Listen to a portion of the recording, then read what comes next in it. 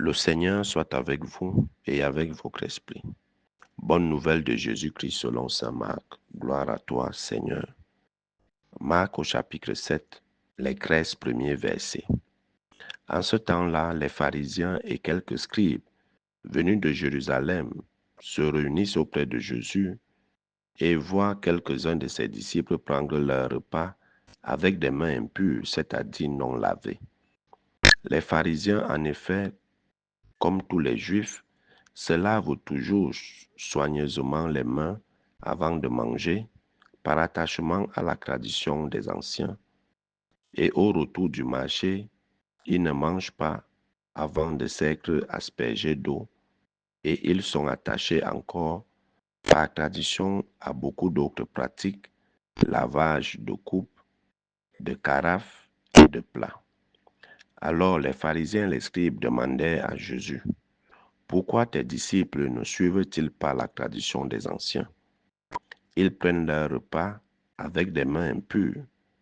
Jésus leur répondit: Isaïe a bien prophétisé à votre sujet, hypocrite, ainsi qu'il est écrit: ce peuple m'honore des lèvres, mais son cœur est loin de moi. C'est en vain qu'ils me rendent un culte. Les doctrines qu'ils enseignent ne sont que des préceptes humains. Vous aussi, vous laissez de côté le commandement de Dieu pour vous attacher à la tradition des hommes. Il leur disait encore: vous rejetez bel et bien le commandement de Dieu pour établir votre tradition. En effet, Moïse a dit: honore ton père et ta mère. Et encore, celui qui maudit son père ou sa mère sera mis à mort. Mais vous, vous dites: supposons qu'un homme déclare à son père ou à sa mère: les ressources qui m'auraient permis de t'aider sont corban, c'est-à-dire dons réservés à Dieu. Alors, vous ne l'autorisez plus à faire quoi que ce soit pour son père ou sa mère. Vous annulez ainsi la parole de Dieu par la tradition que vous transmettez. Et vous faites beaucoup de choses du même genre. Acclamons la parole de Dieu. Louange à toi, Seigneur Jésus. Bien-aimés de Dieu, chers frères et sœurs en Christ, loué soit Jésus-Christ. Loué soit le saint nom de Jésus-Christ. Bien le bonjour à tout le monde. Dans le livre des rois, qui sert de première lecture, dans cet extrait, nous voyons le roi Salomon qui a bâti le temple au Seigneur. Et il consacre ce temple au Seigneur par la prière que lui-même a dite. Il sait bien que Dieu ne peut habiter une maison humaine fabriquée par des mains humaines, parce que rien ne peut contenir le Seigneur. Mais le Seigneur accepte d'habiter parmi nous. Et comme c'est la maison du Seigneur, cette maison lui est consacrée par cette prière que Salomon fait. Et j'invite chacun de nous à faire de cette prière une prière de consécration de sa maison, de sa famille, c'est-à-dire dans une maison ou dans une famille. Si on a agressé un hôtel pour souvent prier, un endroit a été réservé où nous allons toujours à la rencontre du Seigneur. Alors, dites cette prière afin que le Seigneur habite cette maison, habite votre famille. Comme Salomon l'a fait, on sait bien que rien, aucune bâtisse ne peut contenir le Seigneur. Mais il se laisse toucher par nous. Il vient à nous à travers nos humbles demeures que nous lui offrons.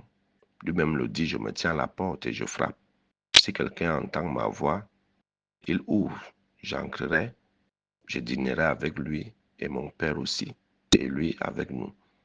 Donc le Seigneur veut bien habiter nos maisons, veut bien habiter nos familles, mais est-ce qu'il y a des espaces réservés à la présence ou à la rencontre de Dieu? L'arche symbolisait la présence du Seigneur dans le temple. Aujourd'hui, nous avons des tabernacles dans les églises qui symbolisent cette présence permanente et réelle du Seigneur dans nos églises qui ont été consacrées à cet effet. Est-ce que nos maisons ont aussi des espaces privés où nous allons à la rencontre du Seigneur à travers ces hôtels que nous allons graisser dans nos familles, ces hôtels que nous allons graisser. Alors apprenons à consacrer nos maisons au Seigneur, nos familles au Seigneur, afin qu'il habite parmi nous et que nos prières soient écoutées. Alors j'invite chacun à toujours dire cette prière lorsqu'il a un petit hôtel dans sa maison, dans sa chambre, dans son salon, dans sa famille, à toujours dire cette prière avant de commencer nos prières quotidiennes pour dire voilà, ta place est ici, alors écoute nos prières, écoute ce que nous allons te dire. Dans l'évangile, les pharisiens, les scribes, comme toujours, cherchent les problèmes à Jésus. Ils cherchent toujours, comme on dit souvent, chercher les poux sur la tête de quelqu'un. Sur la tête d'un chauve, tu cherches les poux. Tu danses sur l'eau, on dit que tu soulèves la poussière. Ça, Jésus était déjà même habitué avec ces gens. Mais il fallait toujours qu'il les recadre. Ils viennent voir Jésus. Alors nous avons remarqué que tes disciples mangent sans se laver les mains. Et pourtant, selon la tradition des anciens, il faut toujours le faire. Et c'est là où revient le fameux débat entre religion et tradition. Qu'est-ce qui prime? Qu'est-ce qui est important? Est-ce nos traditions ou la parole de Dieu? Parce que quand on dit religion ici, c'est la parole de Dieu qui fonde cette religion. Ce que Dieu attend de nous, les commandements. Alors, qu'est-ce qui est au-dessus? Qu'est-ce qui est prioritaire? La parole de Dieu ou nos traditions qui sont basées sur les paroles d'hommes? Jésus n'est pas contre la tradition. Mais si la tradition n'élève pas l'homme, si la tradition est contre la parole de Dieu, si la tradition embrigade l'homme, rend l'homme esclave, à quoi sert cette tradition? Nos traditions doivent se vivre à la lumière de la parole de Dieu, qui sanctifie toute chose, qui éclaire tout. Qu'est-ce qui guide nos traditions?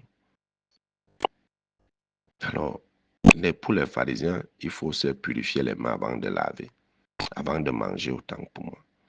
Mais est-ce vraiment nécessaire? À quoi ça sert d'avoir les mains propres? Si ce sont ces mêmes mains qui se ferment, qui ne pratiquent pas la charité, si ce sont ces mêmes mains qui tuent, qui empoisonnent, à quoi ça sert d'avoir une bouche propre si c'est dans cette bouche que sortent des paroles blessantes, humiliantes, moqueuses, qui poussent même à la mort de l'autre? À quoi ça sert? Laver les mains avant de manger ne va jamais laver le sang qu'on a sur les mains, ne va jamais laver le mal qui est dans notre cœur. C'est ce que Jésus veut faire comprendre. Si tu n'aimes pas ton prochain, mais tu respectes la tradition, qu'est-ce que Dieu dit? Aime ton prochain comme toi-même. Ne sois pas auteur du malheur où sont tenus tes frères et sœurs. Mais à quoi ça? Tu respectes la tradition. Tu laves les mains avant de manger. Est-ce que c'est ça qui te rend pur? Tout le mal qui est en toi, est-ce que ce mal est lavé par le savon, par l'eau que tu as utilisée? Non, non. Et c'est pour ça qu'il va leur dire, regardons un peu le quatrième commandement, honore ton père, ta mère. Mais vous vous dites aux gens, si tu as des offrandes à offrir à l'église, alors ce sont des offrandes réservées à Dieu, donc tu ne peux plus utiliser ces offrandes-là pour aider quelqu'un. Alors même si c'est ton père, c'est ta mère, tu lui dis que non, ces offrandes sont réservées à Dieu, donc je ne peux pas vous aider avec. Qu'est-ce que la loi dit? Honore ton père et ta mère. C'est la même chose avec la parabole du bon samaritain. Tu ne peux pas dire que tu viens à l'église, mais tu as refusé d'aider quelqu'un qui avait besoin d'assistance. Tu as fait preuve de non-assistance en personne en danger sous prétexte que je m'en vais à la messe. Tu n'as pas honoré la parole de Dieu, mais la tradition. Alors, nos traditions ne peuvent pas être au-dessus de Dieu. Nos traditions ne peuvent pas être des traditions qui aident au salut de l'homme si elles ne sont pas éclairées et guidées par la parole de Dieu. Quand on parle comme ça, les gens vont dire, oh, c'est monté, c'est descendu. Jésus n'a rien contre les traditions humaines, mais nous voulons ériger la tradition au-dessus de la parole de Dieu. Et dans nos traditions actuellement, il faut savoir que nos traditions ne sont plus les traditions d'avant. Nos traditions sont déjà perverties. Parce que ceux à qui le témoin a été laissé, tous ont été corrompus par le mal. Et aujourd'hui, qu'est-ce qu'il y a dans nos traditions? C'est plus le mysticisme qu'on retrouve dans nos traditions. C'est plus des pratiques mystiques. On va dire nos traditions nous relient à nos ancêtres. Il faut toujours voir, est-ce que nos ancêtres, parce qu'il y a les bons et les mauvais ancêtres, et c'est ça le danger avec les traditions. Ces esprits que nous invoquons souvent, soi-disant les esprits des ancêtres, est-ce que vraiment ce sont de bons ancêtres qu'on invoque maintenant? Déjà que nos chefferies sont corrompues, on achète déjà la chefferie, on achète déjà la notabilité. Qu'est-ce qui peut encore sortir de bon dans ces genres de traditions?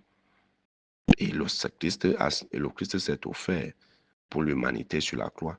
Les sacrifices que nous partons souvent faire, ceci, les sangs des animaux qu'on peut verser, c'est à qui qu'on donne. C'est à qui qu'on donne. On va dire que c'est aux ancêtres à qui on va verser la nourriture. Pourquoi ils ne peuvent pas manger dans l'assiette? Mais pourquoi il faut qu'on verse la nourriture par terre? Quand ils étaient vivants, ils mangeaient dans les assiettes. Mais pourquoi de l'autre côté, ils mangent la nourriture par terre? Il faut souvent se poser de bonnes questions. Il faut se poser de bonnes questions. Arrêtons de nourrir les démons et les mauvais esprits et dire que ce sont nos ancêtres. Et aucun mort ne peut intervenir sans l'intervention, sans l'accord de Dieu. C'est ce qu'il faut toujours savoir. Quelqu'un ne peut pas quitter du purgatoire ou du ciel sans l'accord du Seigneur. Mais nous, on a l'impression que nos ancêtres, eux, ils ont leur monde à part qui n'a rien à voir avec le monde créé par Dieu. Comme si Dieu ne régissait pas l'univers visible et invisible. Donc faisons attention. Je n'ai rien contre la tradition, mais nos traditions doivent être remplies et guidées par l'amour de Dieu, par les commandements de la part de Dieu. Mieux vaut obéir à Dieu que d'obéir aux hommes. Une tradition qui va à l'encontre de ce que Dieu te recommande, qui est le créateur de tout, ce n'est pas une bonne tradition. Une tradition qui t'amène à mépriser tes parents, à mépriser le prochain, à être source du malheur de ton frère, de ta soeur, ça, ce n'est pas une tradition. Donc, ça ne sert à rien de se laver les mains, de se parfumer et tout, mais le cœur est noir. Mais le cœur est noir. Mais c'est toi qui es à l'origine des pleurs, des larmes des autres. Mais tu es pieux dans ta tradition. Ça veut dire que ce n'est pas une tradition qui est remplie d'humanité, de compassion. Aujourd'hui, on brille par l'indifférence. On est insensible aux besoins et aux souffrances des autres, mais on est fidèle à la tradition. Alors cette tradition est contre la parole de Dieu. Alors, chers frères et sœurs, soyons les véritables témoins du Christ. Tout ce que le Seigneur nous demande, c'est aime ton père et ta mère. Et comme Saint Augustin disait, aime et fais ce que tu veux. Si tu as déjà pratiqué la justice de Dieu, la vérité que Dieu attend et autres, fais ce que tu veux, mais pas dans le sens du libertinage. Mais toujours marcher et rester sur les grâces de la parole de Dieu, de la volonté de Dieu. C'est tout ce que le Seigneur nous demande. Que le Seigneur nous bénisse, qu'il soit tout en tous. Loué soit Jésus-Christ. À jamais.